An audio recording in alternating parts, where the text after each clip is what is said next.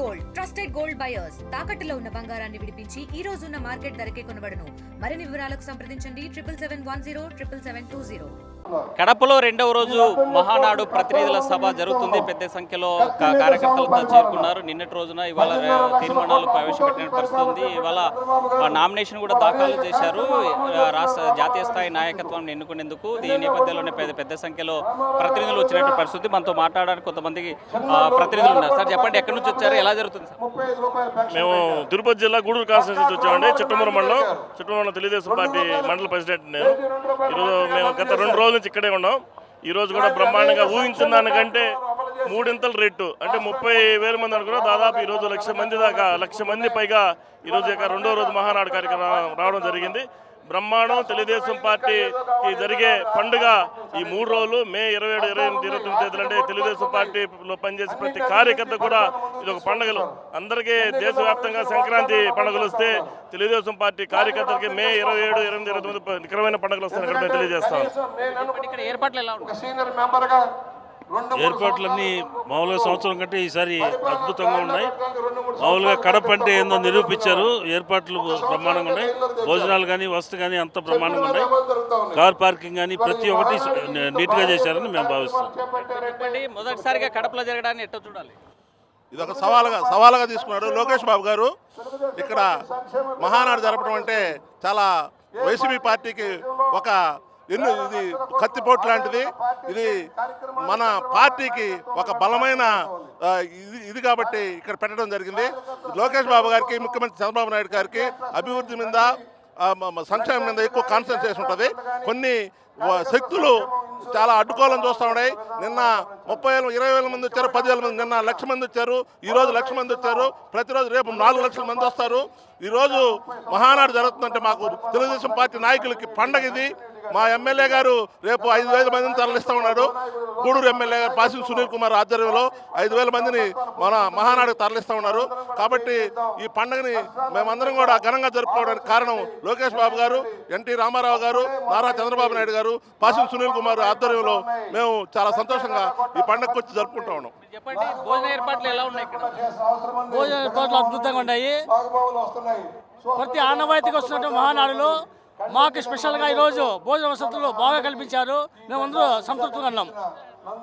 ఈ మహానాడు ఒక చరిత్ర ఉంది. ఎందుకంటే ఎప్పుడే కానీ తెలుగుదేశం పార్టీ పుట్టినప్పటి నుంచి కడపలో మహానాడు జరపలేదు. దీనికి ఒక ప్రత్యేకత ఉంది. ఎందుకంటే ఇక్కడ తెలుగుదేశం పార్టీ అధికారంలోకి రావడానికి కారణము ఇక్కడ 10 అసెంబ్లీ సీట్లలో 7 సీట్లు కూడా తెలుగుదేశం పార్టీ కైవసం చేసుకుంది. అందుకు మేమందరం కూడా సంతోషంగా ఉన్నాం.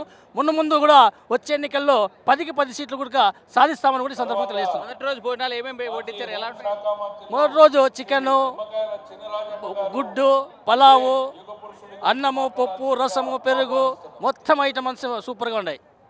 సూపర్గా ఉన్నాయి. మేము కాకినాడ జిల్లా పిఠాపురం నియోజకవర్గం వల్లప్రోలు మండలం వన్నెపూడి గ్రామం, వన్నెపూడి సర్పంచ్ నేను. ఈ మహానాడుకు రావడం చాలా ఆనందంగా ఉంది. ఇక్కడ ఏర్పాట్లు కానీ అన్నీ కూడా చాలా బాగా చేశారు. కార్యకర్తలందరూ కూడా చాలా సంతోషంగా ఉన్నారు. మాకు SV/S1 వర్మ గారి నాయకత్వంలో మేమందరూ కూడా ఇక్కడికి రావడం జరిగింది. పిఠాపురం నియోజకవర్గంలో తెలుగుదేశం పార్టీ కార్యకర్తలందరికీ కూడా అండా, దొండ, కొండ అన్నీ కూడా SV/S1 వర్మ గారే. అక్కడ ఉన్న ప్రతి కార్యకర్తకి కూడా ఏం కావాల్సినా కూడా ఆయన బాగా చూసుకుంటున్నారు. అందరికీ కూడా అభివృద్ధి పథకాలు కానీ, సంక్షేమ పథకాలు కానీ, విషయంలో కానీ, ఊరుల్లో ఉన్న సమస్యల మీద కానీ ఆయన స్పందించి ప్రతి ఆఫీసర్స్తో కూడా మాట్లాడి సమన్వయం చేసుకొని కూటమి ప్రభుత్వంలో ఇటు సీఎం ముఖ్యమంత్రి చంద్రబాబు నాయుడు గారి ఆదేశాల మేరకు, అదేవిధంగా డిప్యూటీ సీఎం గారి పవన్ కళ్యాణ్ గారి సహకారంతో పిఠాపురం నియోజకవర్గం అభివృద్ధికి SV/S1 వర్మ గారు చాలా వరకు కృషి చేస్తున్నారు. ఆయన పాత్ర చాలా కీలకంగా ఉంది పిఠాపురం నియోజకవర్గంలో. అదేవిధంగా కార్యకర్తే అధినేత ఒక ప్రోగ్రాం పెట్టుకుని ప్రతి కార్యకర్తని కూడా కలుసుకుంటూ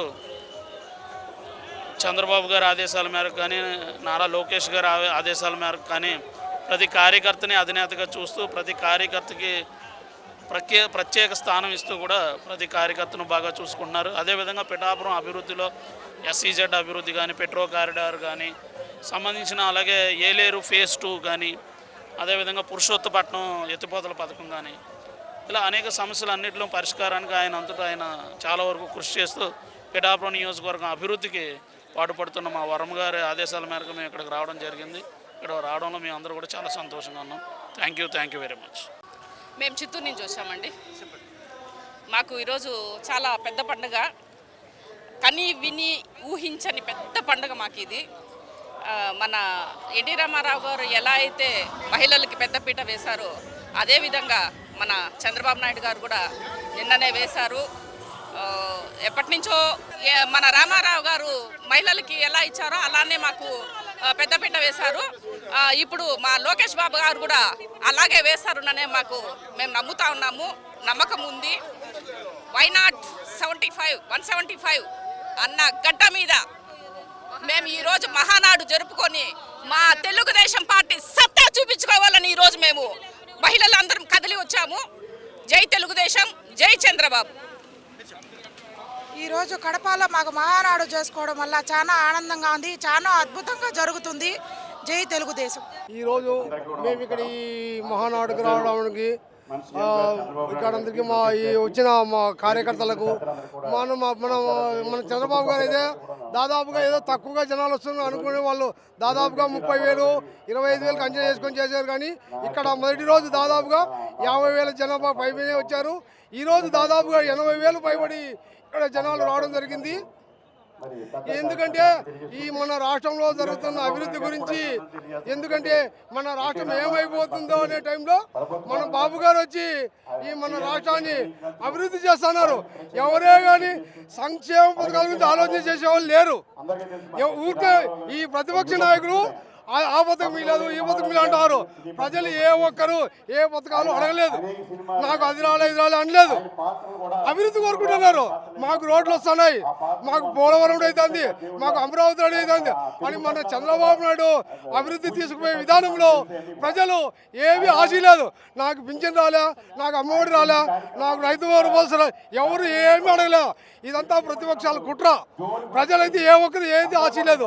చంద్రబాబు అభివృద్ధి కోరుకుంటున్నారు. చంద్రబాబు ప్రజల ఆరోగ్యం మేరకు, ప్రజల ఆరోగ్యం చంద్రబాబు ఆంధ్రప్రదేశ్ రాష్ట్రాన్ని మరి 5 ఏళ్ళు అవకాశం ఇస్తే ఎన్నలేని రీతిలో తీర్చిదిద్దుతారు. మొత్తంగా చూసుకుంటే మహానాడులో అన్ని ఏర్పాట్లు ఘనంగా చేశారు. ఎక్కడ కూడా కొరత లేకుండా చూసుకునేటువంటి పరిస్థితి, పెద్ద సంఖ్యలో ఏర్పాట్లు చేసేటువంటి పరిస్థితి ఉందని చెప్పేటువంటి పరిస్థితి. మొత్తంగా చూసుకుంటే మహానాడు మాత్రం కడప నగరం పసుమయమైనటువంటి పరిస్థితి అయితే కనిపిస్తోంది. వీడియో జర్నలిస్ట్ ప్రసాద్తో హుస్సేన్, RTV కడప మహానాడు నుండి. ఇండియా పాకిస్తాన్ ఉద్రిక్తతలపై లేటెస్ట్ అప్డేట్స్ కోసం డౌన్లోడ్ చేసుకోండి RTV లైవ్ యాప్.